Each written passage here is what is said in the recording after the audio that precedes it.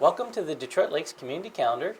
My name is Jeff Layton, and with me I've got Donna Savageau. Donna, how are you? I'm good, and you, Jeff? Not too bad. Good. Thank you for coming in today. And who's our guest here? This is Bella. Bella. All right. Bella, how are you doing? All right. She says I'm wearing my pretty green sweater for the Irish fundraiser. Exactly. All right. So we have a fundraiser coming up for the Humane Society. And so tell us a little bit about it. First of all, when is it? It is Saturday, March 22nd. We are going to be at the Speakeasy again. Tickets are $10, and the event starts at 5 o'clock. We have a silent auction. We also have raffle. Your door prize, or the door prizes are part of your admission ticket. But the best part is that we have live music. We have an Irish band called, and I always say their name wrong, it's Poteen. They are I out always of want to say Posheen or something. well, I'm probably saying it wrong, who knows? Poteen. Okay. So come and dance an Irish jig with us, raise Okay. some money for the puppies and the kitties.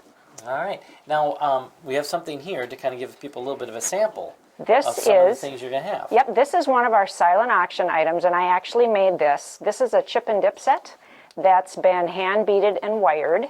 Like I was telling Jeff, you can either use it, dip up here, there's a serving spoon. Chips down here, you can hang shrimp and put cocktail sauce up here, or you can mix a really big margarita. If you've had a long day If or you a long or winter. a long winter, yeah. This is your deal right Yep, here. there you go. Maybe skip that, just go right to this. Whoa, okay.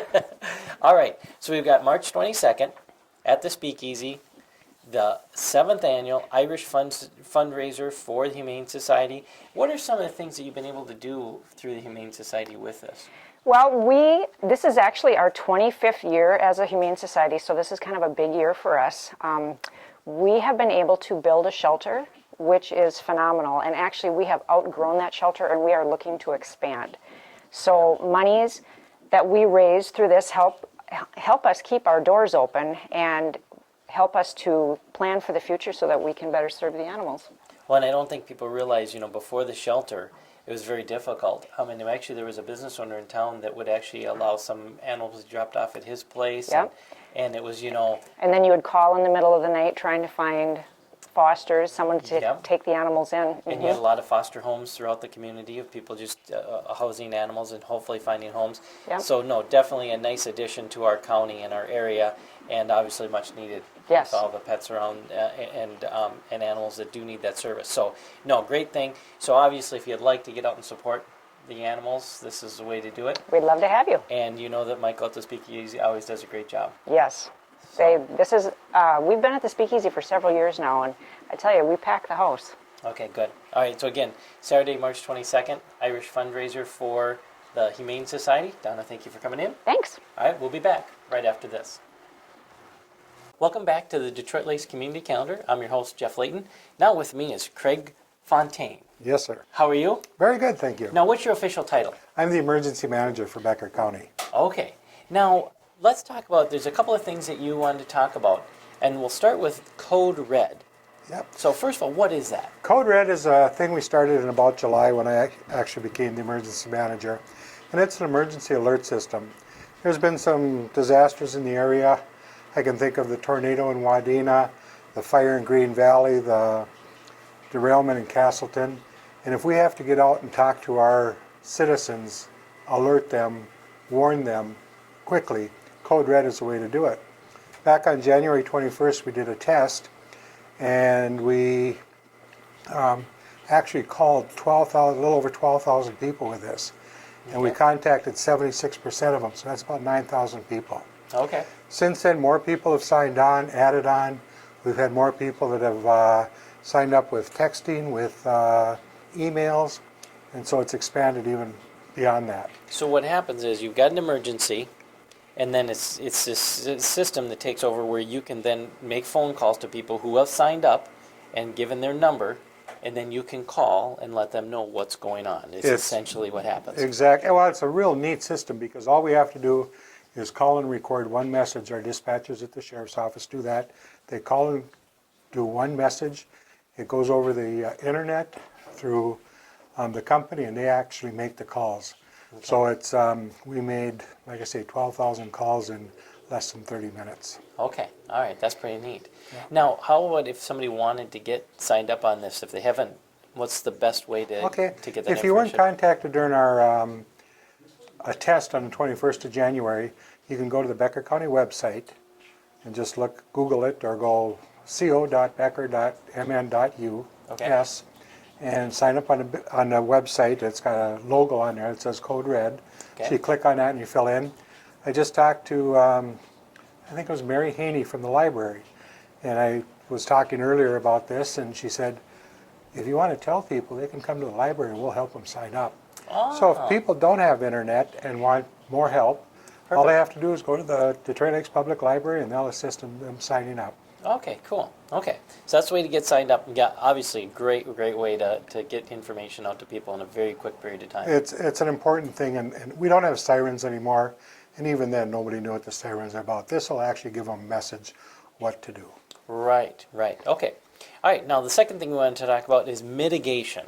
Okay. So explain that a little bit. Well, let me start with mitigation. I didn't even know what it meant when I started this Okay. job 6 months ago. Okay. And what mitigation is it's planning and preparing for the worst case scenario, and for any scenario actually.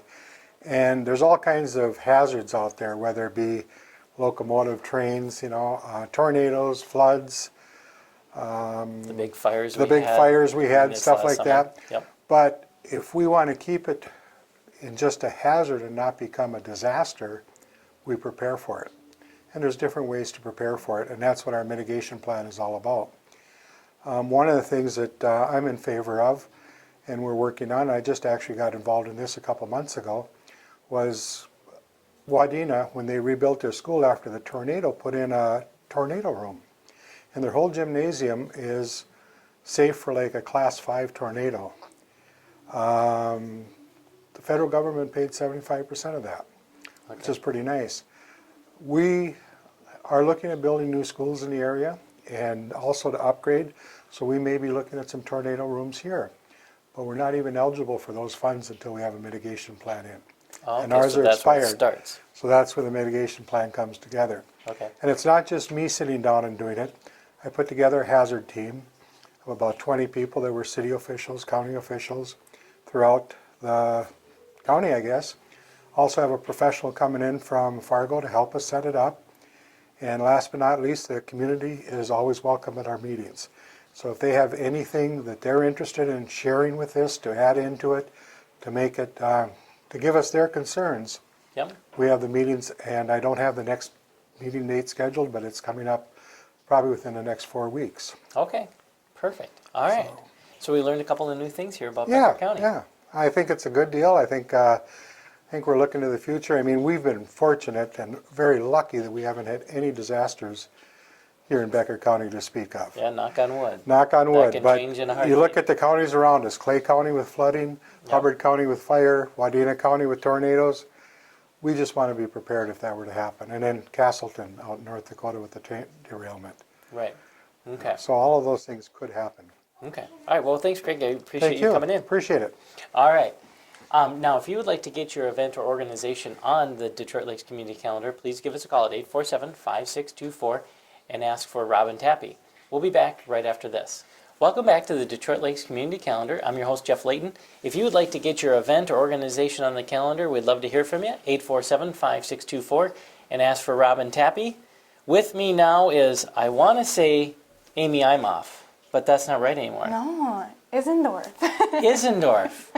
A married woman now. Yes, well, congratulations. You had a Thank wonderful you. wedding, and Yes, it was wonderful. saw the pictures, nice and warm where you were. Yes, So, yes. Well, congratulations. You're Thank still you. aglow. Oh, thanks. So- We'll see how long that lasts. All right. So everybody knows Amy from hosting the Perm Show on TV3. Also works for us in the sales department. And recently, or a few months ago, you made a trip to St. Jude. Yeah.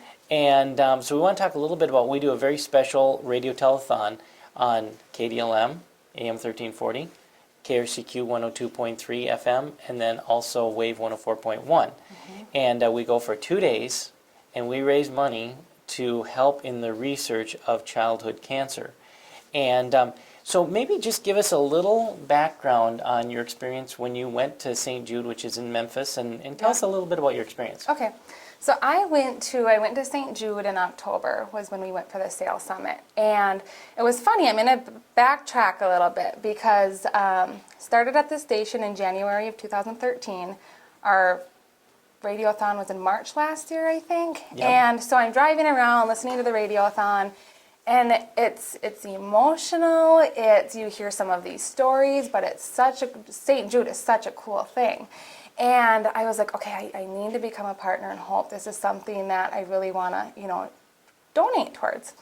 And so became a partner in Hope. And then Travis, my husband, had called me that afternoon. He had been listening, and he's like, hey, I became a partner in Hope for St. Jude. I'm like, oh, awesome, we're thinking the same here, Well, then I had the opportunity to go, and a partner in Hope is the $20, as you know, but you donate $20 per month for St. Jude. And so then I had the opportunity to go in October. And it was such an amazing experience. So I was picturing this great big hospital. And I was thinking like a hospital setting. And you walk into St. Jude, and it's more like, almost like an elementary school, because there's color all over the walls, and the patients' art projects that they make, they're hung up on the wall. And it's a really, really happy place. And, they have their cafeteria, and they have their art center, and it was really a happy place. And it was kind of neat because we saw, as we were taking our tour, we saw some of the parents and the patients passing by us. And instead of pushing their patients in wheelchairs, they pull them in little red wagons, which I thought was so cute because they want it to be a happy setting.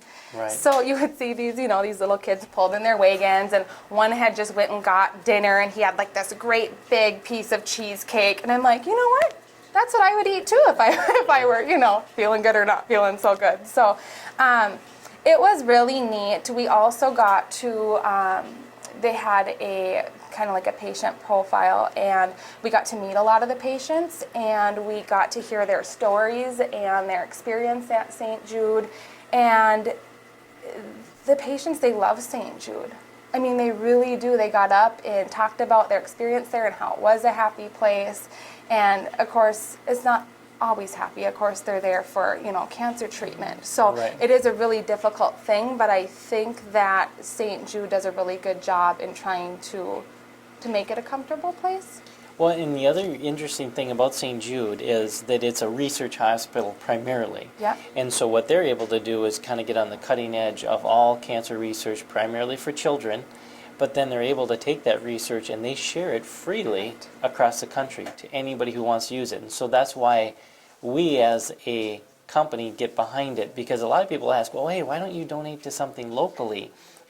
This is in Memphis, but we can benefit from it because those same Absolutely. procedures, or they call it protocol, Yep. that they develop at St. Jude could be used in Fargo. Yep. And maybe that's where your child is getting their cancer care, but they're using a St. Jude protocol. Yep. And they're able to stay close to home and get the best care possible. Yep. So, in the Partner in Hope, that's a real simple thing. What we do is we try to do a real listener-driven fundraiser. Because a lot of times we do a lot of fundraising in town, and it's businesses getting together and donating and that type of thing.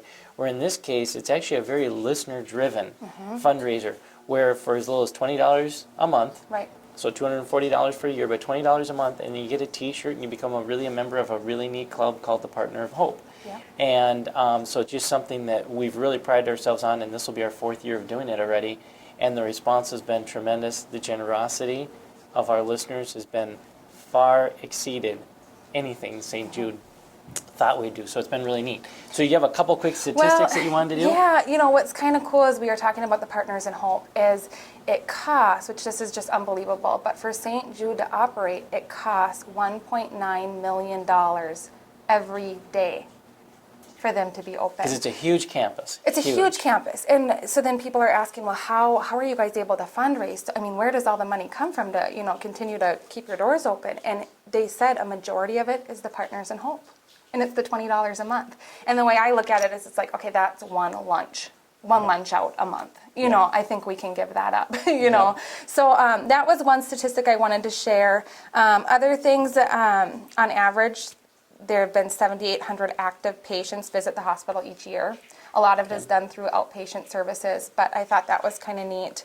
And then again, like you said, they freely share all the breakthrough information. So when they have these cancer survivors, they share that information with all the hospitals and different research Right, centers. they don't keep it proprietary, they Yep. share it. Yep.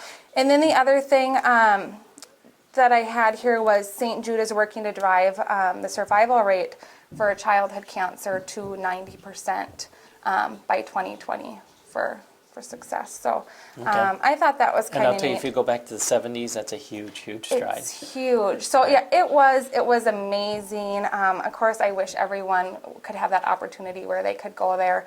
But it's a really cool thing, and I want to encourage people to listen to our radiothon, of course, which is on March 27th and 28th this year. Again, it'll be on all 3 of our stations. And you know, if people can't become a partner in hope, we are, I mean, anything. If it's $20 that you can donate, if it's $10, it all makes We a had difference. 2 little kids that brought in their piggy banks. Oh, cute. And emptied them out. And so just things like that you see and you go, oh, this is really neat. And they knew they were helping out another little child. Yeah, So, yeah. And it can be things too that businesses, you know, we have tons of opportunities for businesses to raise money. But even through the year, if it's collecting coins, if, like you said, whatever it may be. Yep, and We it all sure adds up appreciate it, to yeah. a big number in the end. So, Yeah. okay, so March 27th, 28th, be Yeah. listening on both days, all day. And we'd love to hear your comments. And obviously, we would encourage you to become a partner in hope. Yes, So, absolutely. All right, well, thanks for coming in, Amy. Yes. So if you'd like to get your event or your organization on the Detroit Lakes Community Calendar, give us a call at 847-5624 and ask for Robin Tappy. Until next week's Detroit Lakes Community Calendar, I'm your host, Jeff Layton.